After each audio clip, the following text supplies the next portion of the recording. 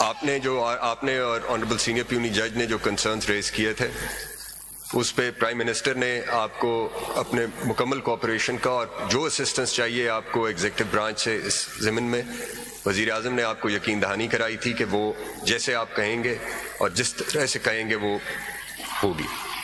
ایک چیز جو یہاں پہ ہوئی وہ Pakistan commissions of inquiry act کے نیچے ایک کمیشن کا قیام تھا۔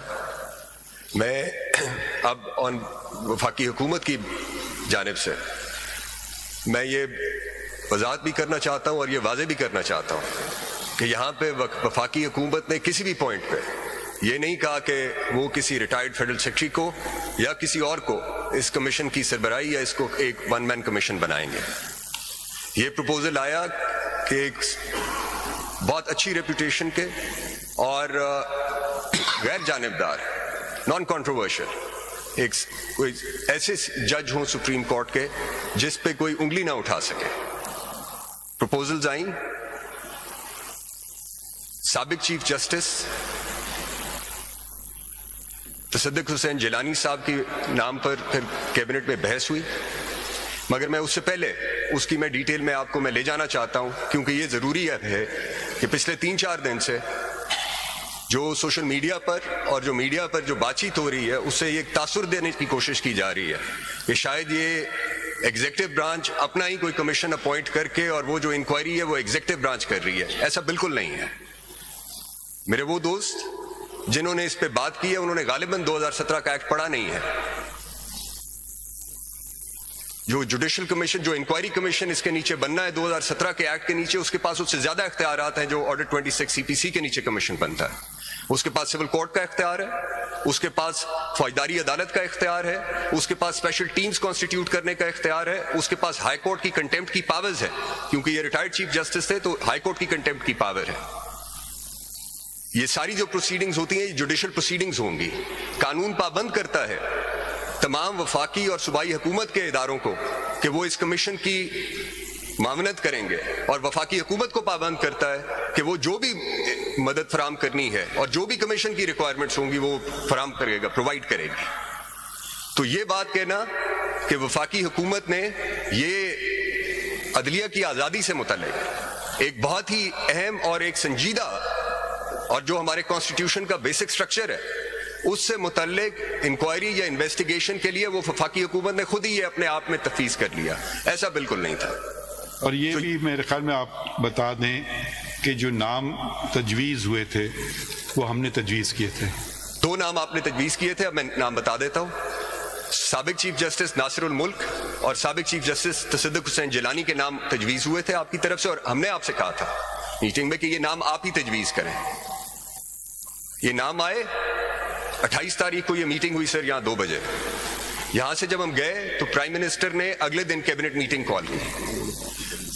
کچھ وزراء موجود نہیں تھے یہاں پہ کابینہ کے ممبر، تو وہ اگلے دن جمعے کو یہ میٹنگ نہیں ہو سکی 29 تاریخ کو، تو یہ ہفتے والے دن 12 بجے پھر یہ میٹنگ رکھی گئی، اور پھر یہ بھی سوچا گیا کہ اس سارے عمل میں جن ناموں پہ تجویز آئی ہے آپ کی طرف سے ان سے بھی بات کر لی جائے کابینہ میں معاملہ لے جانے سے یا ان کا نام کابینہ میں زیر بحث لانے سے پہلے۔ وزیر قانون 29 تاریخ کو جمعے کی شام کو لاہور میں سابق چیف جسٹس تصدق حسین جیلانی سے ملے اور ان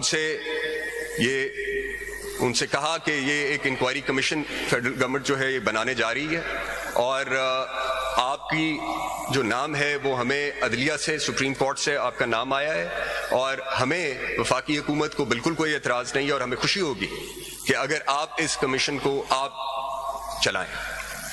انہوں نے کہا کہ آپ جب یہ ٹی او آرز اب آپ فائنل کر لیں یا جب ٹی او آرز بن جائیں تو آپ وہ مجھ سے شیئر کریں، میں وہ ٹی او آرز دیکھوں گا اور پھر میں آپ کو اپنا جواب آپ کو دوں گا۔ اگلے دن 12 بجے کابینہ کی میٹنگ ہوئی، اور اس میں بحث کے بعد اس میں پھر یہ طے ہوا کہ تصدق جیلانی صاحب ہی موضوع ہیں۔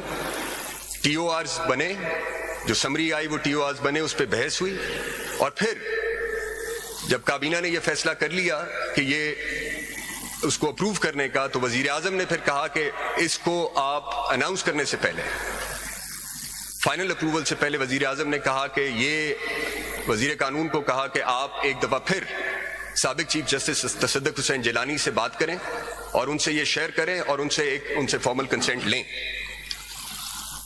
2 بجے کا وقت تھا, 2 بجے کے قریب کابینہ کی میٹنگ ختم ہوئی اور پھر وزیر قانون نے ان سے بات کی.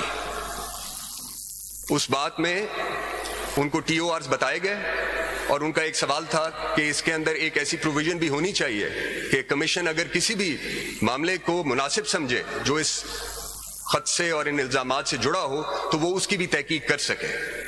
تو ان کو پھر بتایا کہ اس کے اندر وہ ایک جنرل پاور ہے آپ کے پاس کہ جی جتنے بھی انسلری یا انسیڈنٹل میٹرز ہیں جو آپ مناسب سمجھیں گے ایز کمیشن, جو بھی کمیشن مناسب سمجھے گا وہ اس کی بھی تحقیق کر سکتا ہے. یہ ان کو بتایا گیا اور پھر وہاں پہ یہ ڈسکشن ہوئی کہ کمیشن جو ہے وہ کہاں بیٹھ کر کام کرے گا.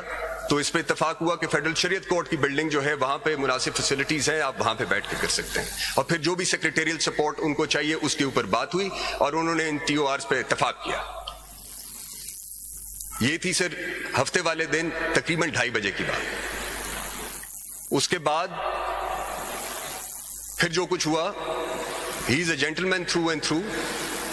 His entire judicial career speaks for it. مگر اس کے بعد جو یہ تاثر آنا شروع ہوا کہ یہ شاید ایک وفاقی حکومت کا بنایا ہوا کمیشن ہے اور شاید وفاقی حکومت جو ہے یہ اس کمیشن کو میرے خیال میں ان پہ کچھ ذاتی حملے بھی شروع ہو گئے. تو سر میں ایسا ماحول بنایا گیا کہ کون شریف آدمی یہ خدمت ہے, کیونکہ اس میں تو کوئی ایسی آمدن تو نہیں ہے, یہ خدمت کون کرے گا.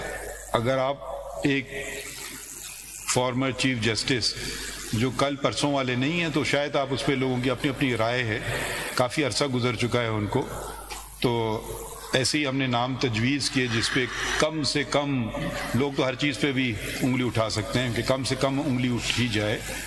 اور مگر یقیناً پھر ایک تو یہ جو ہم کہتے ہیں نا پریشر, میرے خیال میں ایک پریشر یہ جو اب کیا کہنا چاہیے سوشل میڈیا سے مطلب عجیب عجیب باتیں ان کے متعلق ہوئیں. مجھے شرمندگی ہوئی, مجھے افسوس ہوا کہ میں نے ان کو بلکہ ہم دونوں نے ان کا نام دے کر کے ان کے اوپر یہ لوگوں نے الزامات اور عجیب عجیب باتیں شروع کر دیں. یہ کیا کوئی مہذب معاشرے میں ایسی باتیں ہوتی ہیں؟ مجھے سمجھ نہیں آ رہا ہے ہم جا کس طرف رہیں کہ ہم اسٹریٹ وے ہم نے فیصلہ کر لیا ہے, ہم نے برباد کرنا ہے اس ملک کو, اس نیشن کو.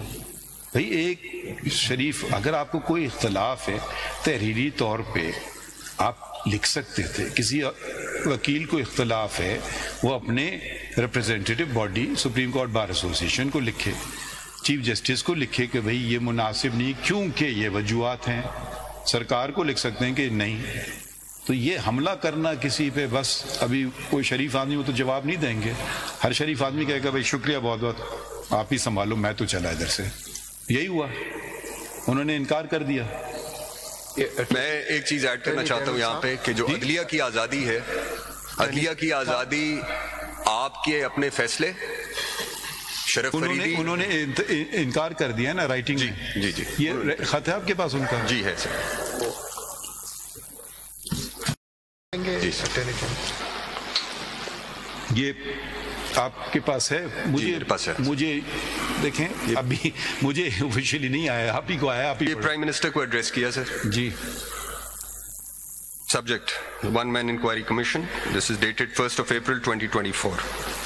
I refer to the Cabinet meeting dated 30th March 2024, in terms of which I have been appointed to head the One Man Inquiry Commission to inquire into the allegations leveled by the 6 judges of the Islamabad High Court in their letter dated 25th March 2024. I thank you and the Cabinet for reposing confidence in me to head the Commission. I am also grateful to the Honorable Chief Justice of Pakistan, Mr. Qazi Faiz Issa, as also the Senior Puni, Mr. Justice Syed Mansoor Ali Shah, for expressing confidence in me. I have gone through the aforestated letter of the 6 judges and the terms of reference approved by the Cabinet, as well as the relevant constitutional provision, Article 209. Since the letter is addressed to the members of Supreme Judicial Council and its chairman, the Chief Justice of Pakistan, it would be violative of judicial propriety for me to inquire into a matter which may fall within the jurisdiction of a constitutional body, which is the Supreme Judicial Council or the Supreme Court itself.